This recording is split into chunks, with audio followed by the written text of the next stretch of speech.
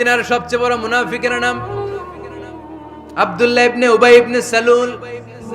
সব মুনাফিকদের সরদার, কিন্তু এই মুনাফিকের ছেলেটা হলো পাক্কা ইমানদার। এই ছেলের নাম হলো আব্দুল্লাহ। আওয়াজ করে বলেন, ছেলের নাম কি? আব্দুল্লাহ ইবনে উবাই ইবনে সালুল। মুনাফিক সরদার যখন ইন্তেকাল করলো, সাইয়েদনা আব্দুল্লাহ রাদিয়াল্লাহু তাআলা আনহু বিশ্বনবীর কাছে এসে চোখের পানি ছেড়ে ডেকে বলে, নবী আপনিও জানেন আমিও জানি, মদিনার সবাই জানে আমার আব্বা মুনাফিকদের সরদার, কিন্তু আমার মন তো মানে না, আমার তো পিতা, আমার তো বাবা লাগে, আমার তো মন মানে না। আপনিও জানেন মুনাফিক, আমিও জানি মুনাফিক। নবী আপনার দরবারে কিছু আমি চাই না, আপনার গায়ের একটা জামা দেন, আপনার জামাটা পরিয়ে আমার বাবারে দাফন দিব।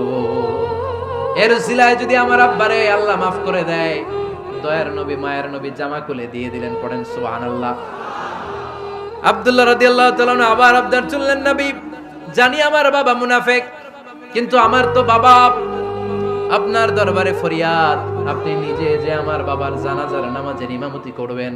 দয়ার নবী মায়ার নবী জানাজার নামাজে যেতে চাইলেন। ওমরে ফারুক বললেন, নবী না, খবরদার আপনি উবাই ইবনে সালুলের জানাজায় যাবেন না।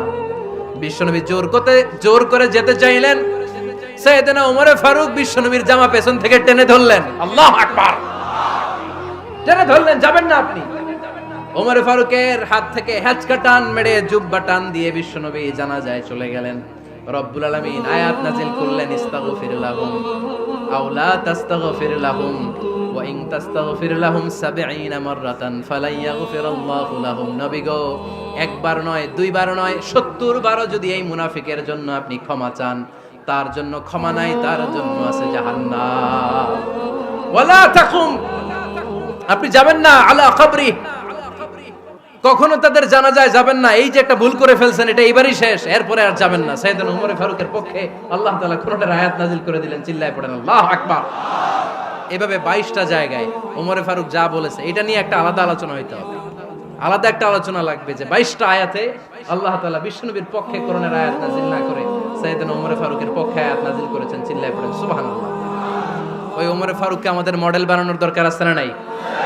ওই ওমরে ফারুকের জীবনী আমাদের ছেলে মেয়েদেরকে পড়ানোর দরকার আছে না রে? আমাদের ভবিষ্যৎ প্রজন্ম এগুলো জানে না। ওরা সালমান খান দেখে বড় হয়, ওরা শাহরুখ খান দেখে বড় হয়, ওরা ঋত্বিক রোশনকে দেখে বড় হয়। ওরা মনে করে যে এরাই বড় সুপার হিরো। আমাদের যে কত বড় সুপার হিরো আছে এরা জানেই না।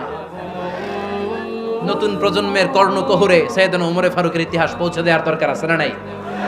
ওমরে ফারুকের ইন্তেকালের ঘটনা